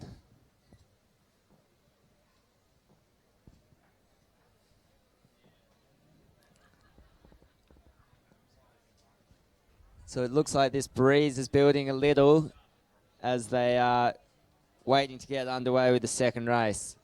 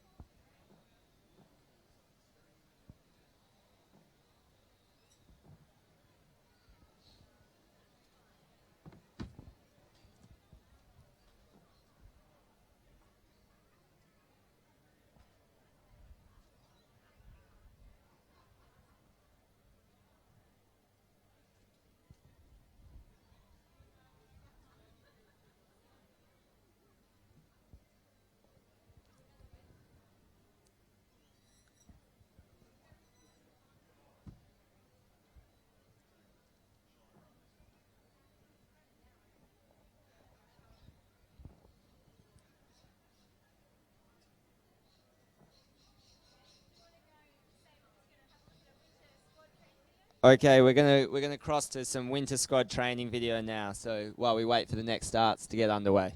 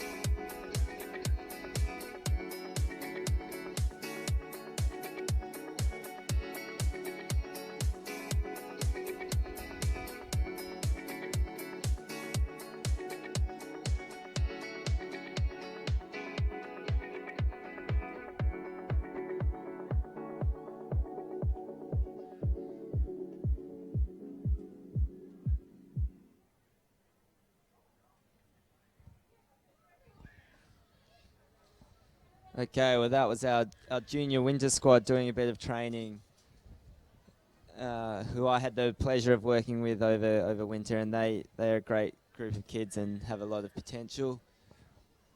We also have the Optimists out here sailing this afternoon, who are training every Friday, and the Optimist has been a very, very popular feeder class for the for a lot of young sailors, and it's what a lot of guys start their sailing in, and I remember having a lot of fun in those boats myself quite a few years ago.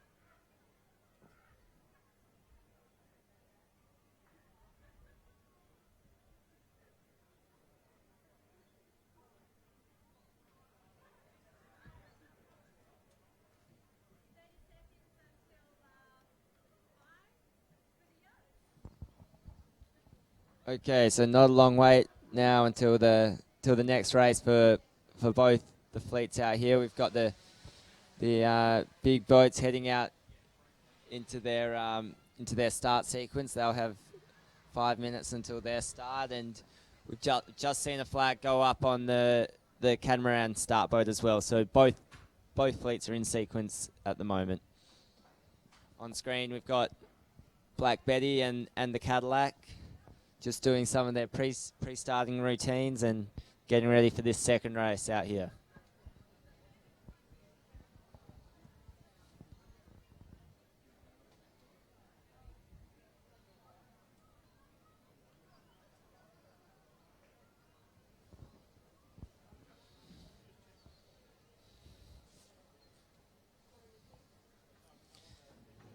Feels to me like the wind has picked up a little bit more, so we've got quite a bit of breeze out there at the moment, maybe 16, 17 knots, which is great for these guys out sailing.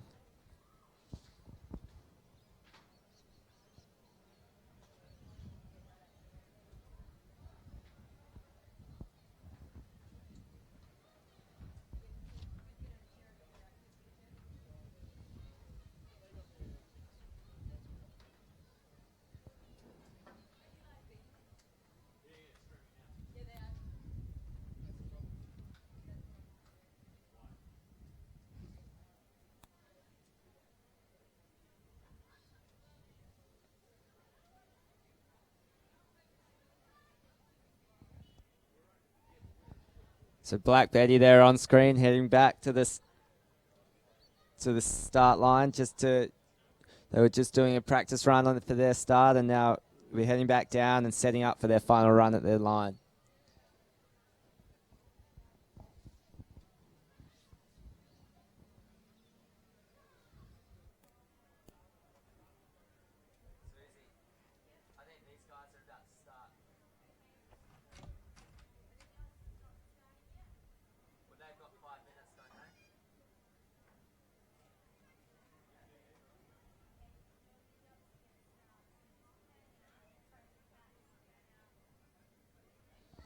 We're just going to head over to the Cats quickly as they start their race right off the Yacht Club here.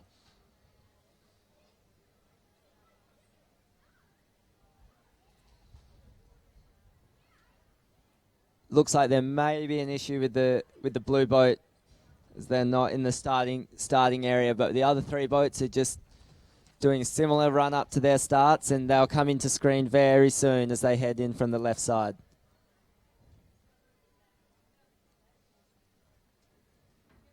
There we have them. They're just getting ready to time their run at the line here. And down the bows go.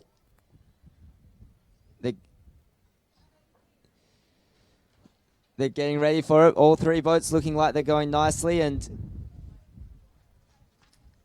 great start by Alistair Murchison. He's really taken off there, and Ian Klein in second, and Darryl Dedman third off the line. So quite a big bit of separation already off this start, but all three teams, I think, have been sailing the boats nicely, and we'll see how they get round the course.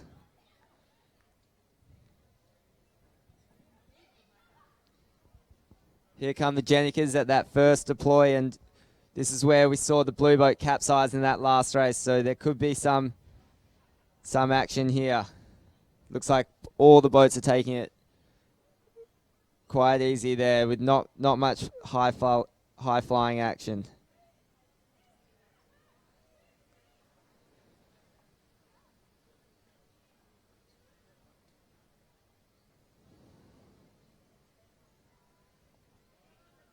Oh, Ian Klein has just jibed inside Alistair Murchison, so it could be a change in the lead as they head down to this bottom mark. As I'm sure one of the boats will head to the left mark and one to the right as they split to go upwind. And not far behind, Darryl Dedman with his team on board, coming in quite fast, doing a jibe to that right-hand turn.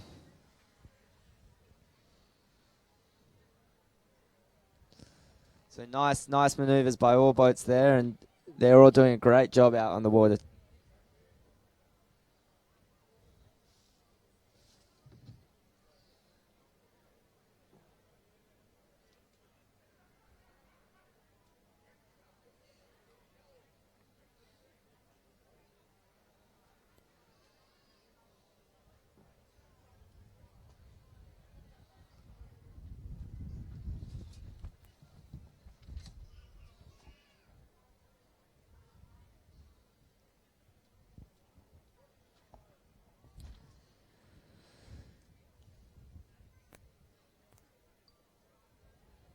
There we have two of the boats heading out to that left-hand side of the course again, which we've seen favoured most of the day.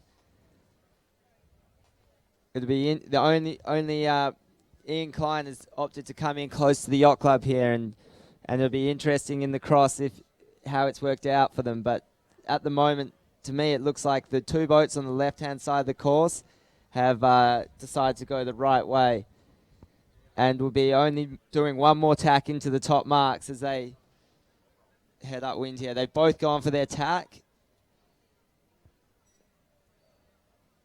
and both made it through their tacks okay, with them heading back on port. Ian Klein's on starboard here, so Darryl is the giveaway boat in the red boat on port tack there. But it looks like he might get, it's shifting a lot. No, he's having to duck. There's a big right-hand shift at the end there for Ian Klein. So So that's a small gain to Daryl, but still Ian's in second place, and I think a bit of a bigger gain to Alistair Murchison, who's sailing really well this afternoon.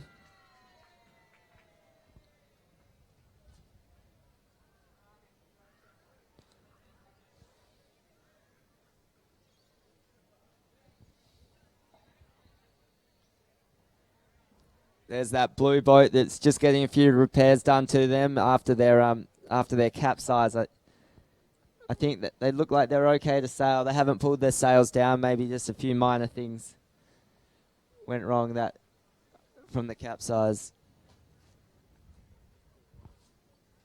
Ian's put his last tack into the top mark, and he should be going just straight for the top marks now. And well, I think Darryl will have to do one more tack and go to the left-hand gate at that top.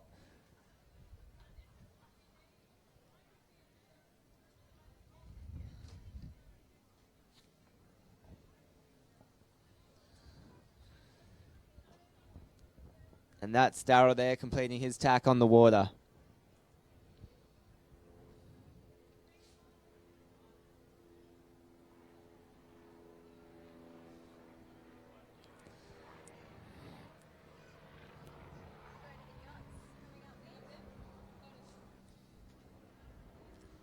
Just going to cross back over to the big boats who are heading upwind, and it looks like Black Betty and Next Factor are fighting it out for that lead. Much better start by Black Betty, and they're in a very powerful position heading up to the top end of that first lap.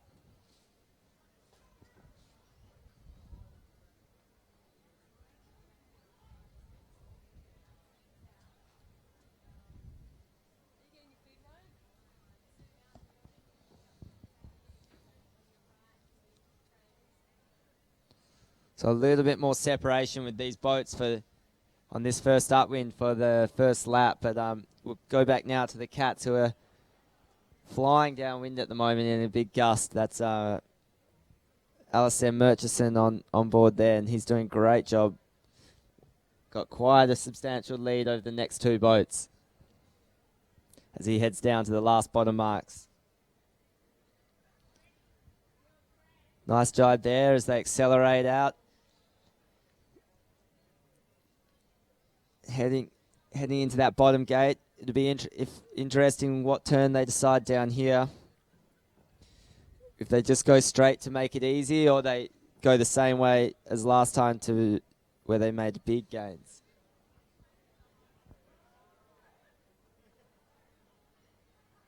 Round they come.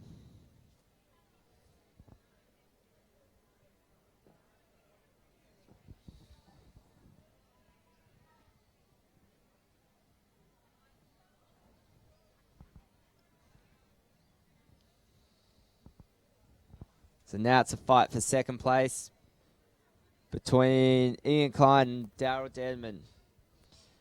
Ian's just crossed in front, but he's maybe overlaid this bottom gate as Daryl's flying into the bottom marks.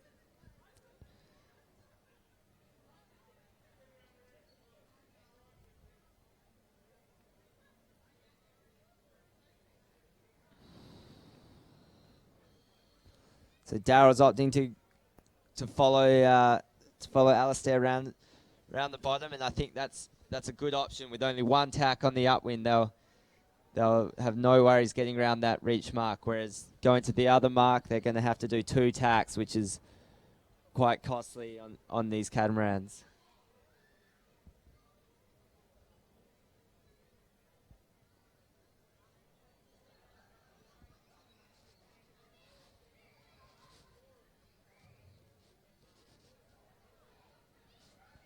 There we go, Alistair setting the Jenica on that final reach into the finish.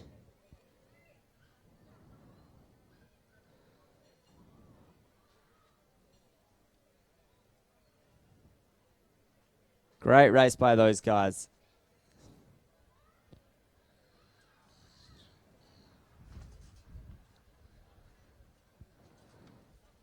So a win to them, and it looks like it's going to be another close encounter with Ian Klein and Darryl at that gate mark. Almost a carbon copy of what happened last race at this exact position.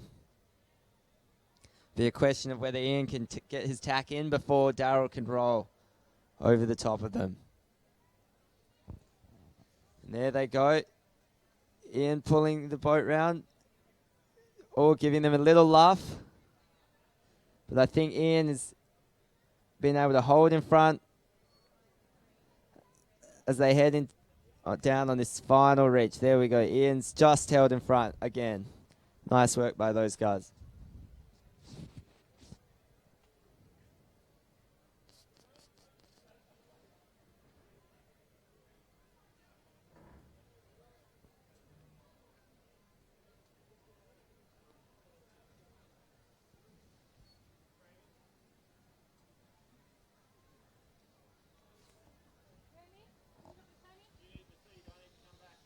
Okay, and that's the second place to Ian Klein, and third to Daryl there, after what was a close fight for second. Looks to me like there may be an issue with that blue boat as they've dropped their sails, and we might be finishing the racing off with 3 boats again.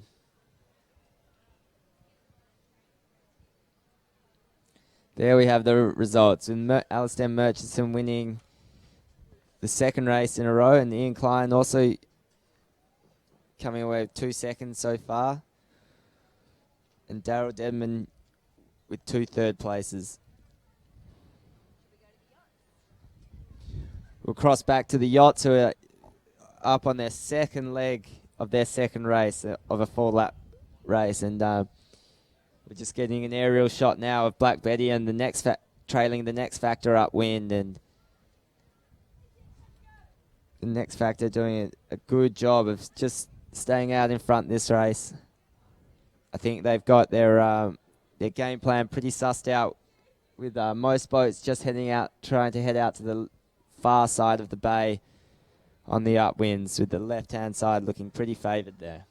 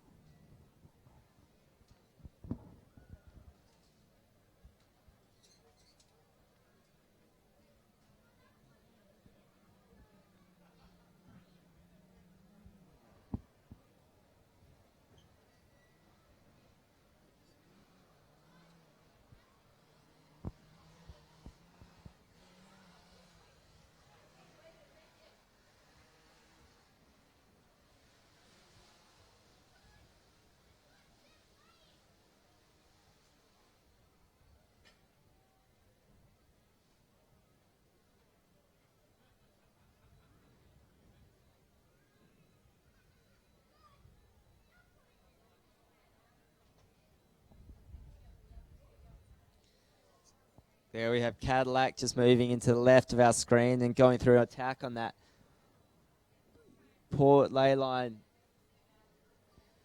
followed closely by 3 Good Wives heading upwind. And it looks to me like all the boats are looking to do the same sorts of things around the course, just heading to that left corner upwind, just two tacks on the upwind and get to the top mark from the left.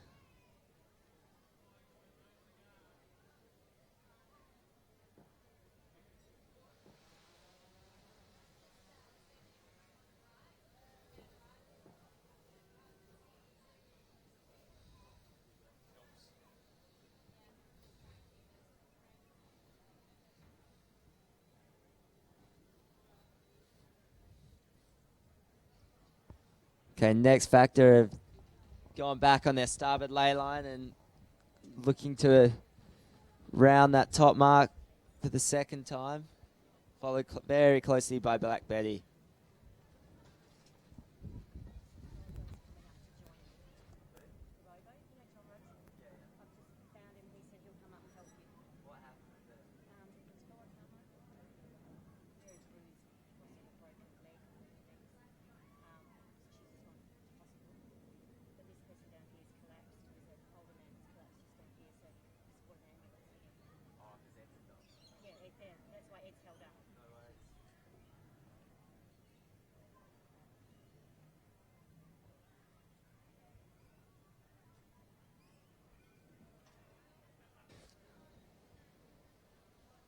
They're just following closely behind the Cadillac. Now I've got a special guest up here with me. Rowboat. Hello, is this working? Right, hello there. Well, okay, come on, fill me in on what's happening. Tell me, so I can come up to date. So we're currently on the second downwind of our second race, and looks like Black Betty have made it quite a substantial gain over the Next Factor, who are leading to that top mark. They've gone for the jibe set, and looks to me like it's paying off out there. They're looking strong, aren't they? They got a nice. They're in the middle of a nice gust there. You can see the dark patch on the water, can't you? And they're creaming it, doing very nicely. Going very fast downwind there. So okay, so that's Black Betty leading, is it? So what's the white one over there? We've got Next Factor. Next Factor, okay. Who were leading, but now it looks like Ah. as they come back, Black Betty's just jibed, and they're going to come back together very shortly. That's a nice jibe, wasn't it? Yep. They took that asymmetric through the jibe nicely there. They're still in that gust, aren't they? Oh, Still in that they're dark patch flying. of water. I think they're going to be around in front. Yep, they're looking good, looking very good.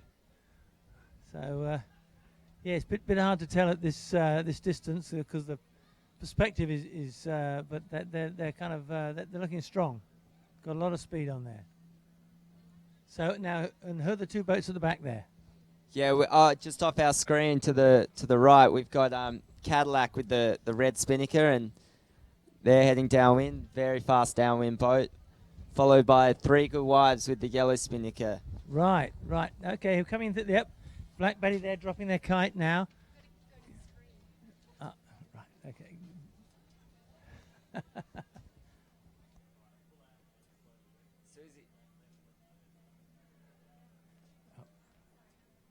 Okay, I'm just learning now. I've got to commentate off the screen. Sorry, folks. Oh Okay. no! So Next Factor are able to hold on just to their lead over Black Betty. I guess they must have had an overlap on the inside there. But okay, so this will be an interesting upwind leg, won't it? I reckon Black Betty needs to start attacking Jewel. Yeah, maybe, but it looks to me like so far it's been very favoured to go to that left-hand side. So Black Betty is tacking away, hoping for some separation and maybe able to overtake the Next Factor. But I think Next Factor is pretty safe heading to that left-hand side of the course. Do you? Right, okay. Well, the wind's sort of funneling along that shore there a bit, is it? Yeah, I think as we cool off, as it gets later in the day, the breeze will come back around to the left a little bit further, and Okay. we've seen it slowly shifting to the left, further around to the south. Well, you're a local in this bay. You should know what happens here. Right. Ah, okay. Yeah, we're on the screen. Yeah. But I'm just pointing. These guys are racing. Are they racing?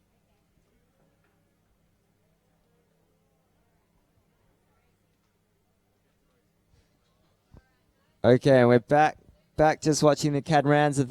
They're on their first upwind of their third race, and that's I think Alistair Murchison again in the lead. This is third race. Is it? Right, okay. Well, that's cool. He seems to have got the hang of these multi-hulls, hasn't he? So, and who's that in second place, you reckon?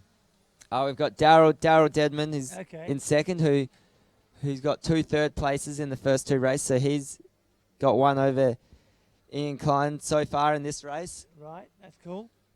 And it looks like all 3 of these catamarans have got the same strategy as the big boats, which is just to head to the left-hand side of the bay.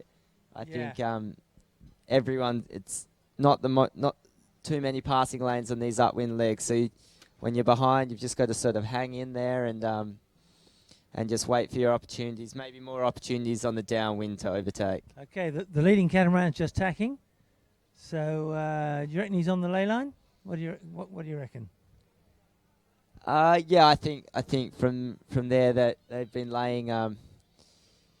It looks to me like the wind is a little lighter now, though, so we could see it become a bit more shifty. But I think they will be laying from that left-hand corner. Okay, there's some distinct gusts coming down, aren't there? You can see the dark patches. So if they can get into those, it'll give them a bit of a squirt, won't it?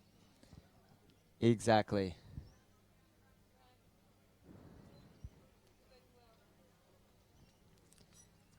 So yeah, it looks like a bit of a one-way track upwind, doesn't it? They're all doing exactly the same thing, going out there to the left and tacking and coming back across. Yeah, which changes the game a lot. They have to work more on sailing their boats fast upwind, and they sort of think less about where they're sailing and more about how they're sailing the boat, which is what I'm sure the experienced guys on board will be telling the guys that are fresh to these M32s, which it's about a 50-50 split between the guys that have sailed these boats on board and guys that have never sailed them. Right. Okay. That's a good footage we've got now on the screen there, and that nice and close up there. That's looking good, isn't it? This is our leaders, Alistair Murchison. Yep. Okay. Just heading to the top mark. Now, that's interesting. They had a guy well forward on the windward hull there. Yep, they're going to their final tack of the top mark, so they didn't lay, but I think no dramas for them as they've got a long, big lead over their opposition. Yeah, they're looking pretty comfortable. Oh, hang on, let's see. Yeah, they're well ahead. The second boat seems to be going pretty slowly, doesn't it? Yeah, I think as they're heading up under the... And actually, if you look on the screen, there's a big gust just coming down to the windward mark there. He's pinching up, trying to get round that mark, isn't he? He's just pinching too much. That's his trouble, isn't it? Yeah, with that, sometimes they have to sail a little higher than they'd like to, which also means they have to end up sailing a lot slower than what they'd like to, but it's still faster than having to tack. So yes. If Tacking costs a lot in multi-hulls, doesn't it? It does cost a bit, and they've tried to judge the ley line from a long way out, which is very hard to do. And but it looks like two boats have gone around, no worries, and are heading downwind. And this is Daryl Deadman now, who's just jibed over, and he'll be chasing after Alistair after he made a little gain on that last upwind. Right. Okay, so Ian Klein now in picture, just rounding the mark. They're setting up for a jibe. And here they go into the jibe. Great aerial footage of these boats sailing downwind. Yep, that looks good, doesn't it? Very nice jibe there by them. I was going to say, they kept their speed up through the jibe well, didn't they? Yeah. Yep, okay. So very important now that it's getting lighter that they try and keep one hull up in the air for as long as possible. As soon as you have two hulls in the water, you're not sailing the boat fast enough, and they're much slower, much more drag when they've got two. So through the jibes, both hulls drop down, but they've got to try and pick one up straight away by sailing the boat well. Yeah, okay. Looking at the screen there, these guys with the green sails, are they gaining on the second place boat? What do you reckon? Yeah, they've made a small gain. I think Daryl's still pretty comfortably in front of them. Yeah. It's not much of a chance for Ian to overtake. Right.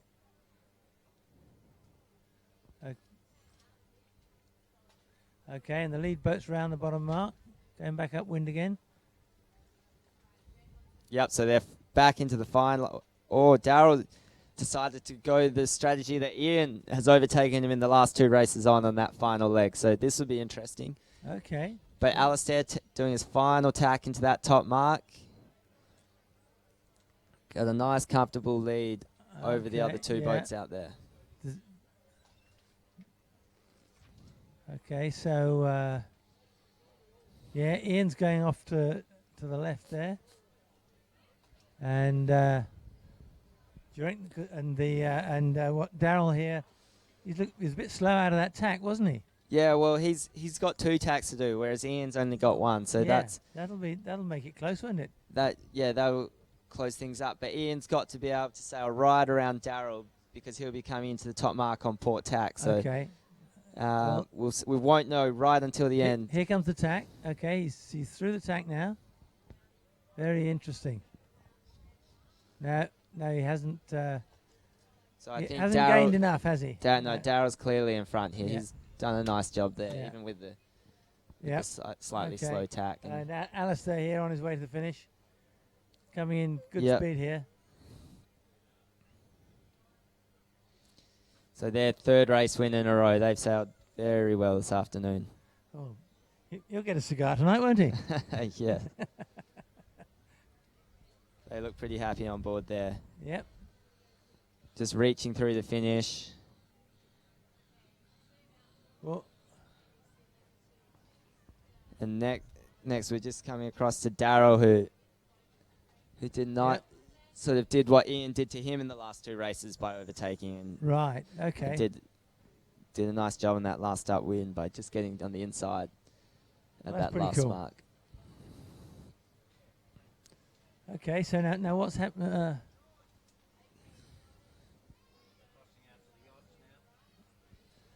Okay, back over to the big boats who are, I think, heading on their last upwind to the top mark, and Okay. Black Betty is again coming to this close side.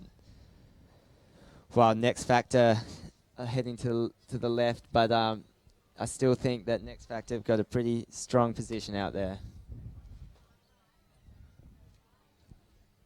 And we've got Ed back with us now. Hi, David. You've had the pleasure of Robo for a while. How good was that? Oh, it was great. Robo's had the most amazing career as a yachting journalist. He's been everywhere. I bet he loved calling that last race. It was fantastic. Yeah, it sounded like he was very, very enthusiastic with it all. Robo I first met in Fremantle when the America's Cup was on down there, David. And since then I've seen him at most major regattas. And he loves these big boats that we're seeing out on the water now. I mean, you've got your Black Betty out there in the screen now and in that course there and looking absolutely fantastic with the light. And they seem to be having a reasonable go at this race. Yeah, they've done a much better job. I think they realised that that first race they needed to start further down to the pin end of the line, and they needed to pull the spinnaker up downwind. Well, I think that'll help. Yep. I saw Torvar Mursky here this afternoon too, and did you catch him? There he is. Torvar, you're down here as well, mate. Yes. So Torvar Mursky's here. He's sailed many times on these boats, and he recently had a go sailing on one of these only a short while ago, Torvar. So you know him. It's my first time seeing the M32 racing in on the Swan River, so I'm just excited to come down here and check it out and see so much action going on.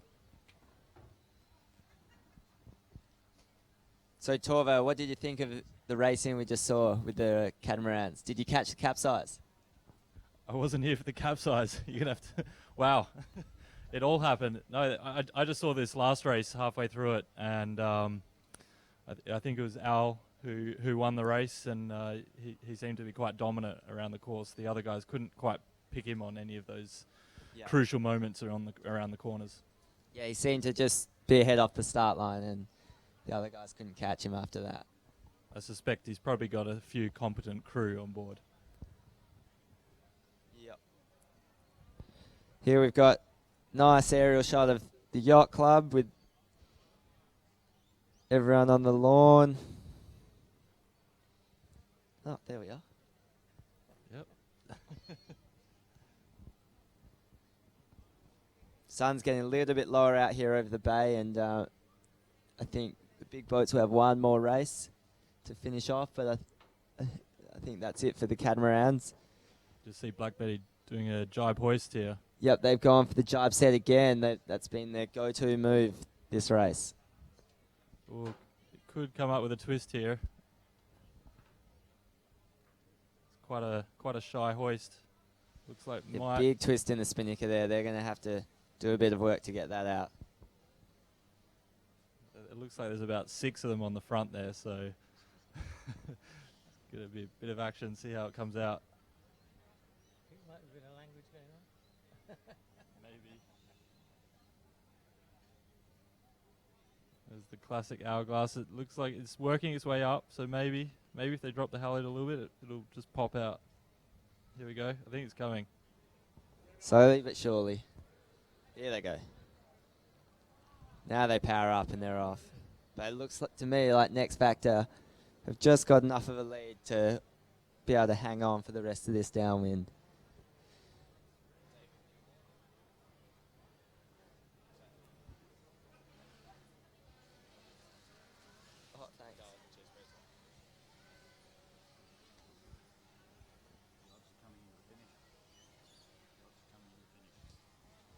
Yeah, so these guys are on their last downwind run into the finish, and Black Betty doing all they can to overtake the next factor as they're sailing. We've got two different styles of spinnakers here, the asymmetric versus the traditional symmetrical spinnaker, and Black Betty just going for a jibe there, maybe their final one into the finish line. As next factor look like they're crossing in front. Another comfortable win for those guys. Yeah, Black Betty just trying to throw anything they can at them, but couldn't quite execute that jibe set well enough to give it a shot. But Next Factor had a pretty comfortable lead anyway. Yeah, another great race by those guys. Board the far 40 on Next Factor.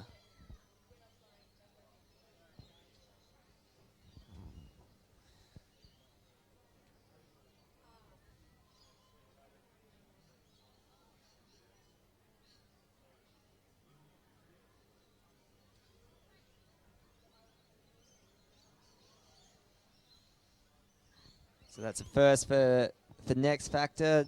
Black Betty just soaking down through the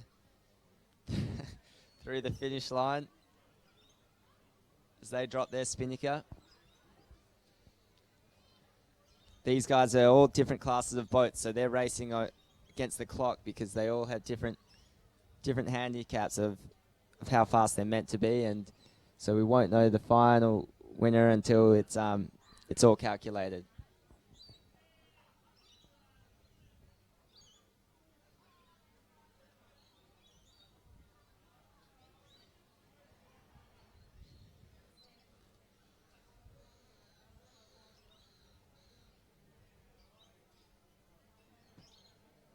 On screen now, this is the Cadillac coming downwind. They've done superb job of downwind sailing here all day.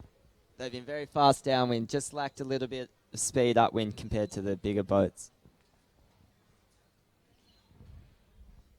Maybe they're in a shot for the title. They based on could be, handicap. yes. After their first race, they were doing much better than I expected them to be going. So they could be up there for the win.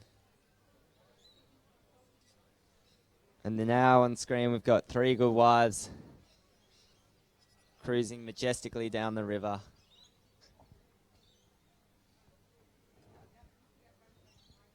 As the sun sets in Freshwater Bay.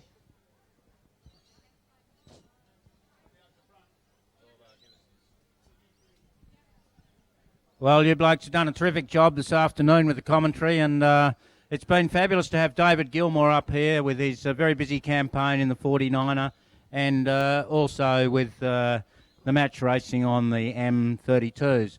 And to John Roberson, who helped out this afternoon, thank you for turning up and giving us a hand when we needed it. And also to Torvar Mirsky, who no doubt will be keeping an eye on the kite racing as it happens in Rockingham coming up with the kite foiling coming up. 56 competitors down there and 18 different countries. It's going to be a great event. I think that'll be something worth having a look at. I went down there for the horse racing last weekend on the beach. That was fabulous. I think the kite foiling will be even better. It's been a great race, and David, I just want to reflect for a moment on that bit between Sam Gilmore and Matt Jerwood. Matt Jerwood certainly trounced Sam this afternoon. Yeah, we saw that he was just doing a better job with the starting. He was in front he just got the jump on Neptune Racing in that first start and was able to do a good job of hanging on to his lead. It was a close race, but they did a slightly better job of getting around the course. And then in the second race, it was over from the start. Sam was going backwards, and they had no chance of getting back into it after that. I think Matt Jerwood's got some very nice boat handling, and it was on display in Marstrand when he finished third at the World Championships.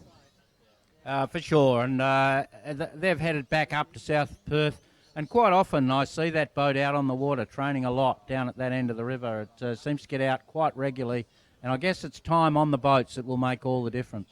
Yeah, for sure. These boats are extremely difficult to sail, and the more time you can spend out on the water, I think the better they'll be able to go. And we saw it today. They were sailing the boat really nicely. And as the sun sort of sets now over the day, and it's been a fabulous day, Everyone's thoroughly enjoyed it. We've enjoyed it. We might bring the results to us. So in the big boats, it was first the X Factor, second Cadillac, third Black Betty, and 3 Good Wives, and that's over the line in the race. But the M32s, we've got those results, and maybe you can sort of see those. Yeah, so just recapping what we were saying before, in race 1 and 2, we had Redline beat Neptune Racing in the match racing portion of the catamaran sailing. In the fleet racing, Owner drivers, we'd like to call that okay, section. in the owner driver racing, we had not a huge amount of changes in the results. Actually, we had Alistair Murchison pretty much dominating the racing, winning all 3 races, and they did a fantastic job of sailing around the course fast and starting well, which is what it was all about in the match racing as well. We had Ian Klein with 2 seconds and a third, and that will get them a 2nd place overall. And then we had Darryl Deadman with 2 thirds and a second, and they were racing very closely with Ian Klein. So, yeah, very close between those guys in the end. And then we had Ian Jenkins, who had a capsize in the first race and wasn't able to get back into the racing by the end of the day. And before we leave, David, great footage from Komodo, great drone footage, linked in and interfacing with front row screens. And of course, Gill Marine Clothing have been down here sponsoring as well.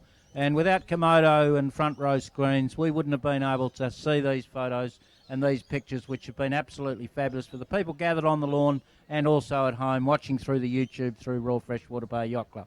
So for us now, we might sign out and say good afternoon, and we'll be back again, I'm sure, very, very soon for another regatta.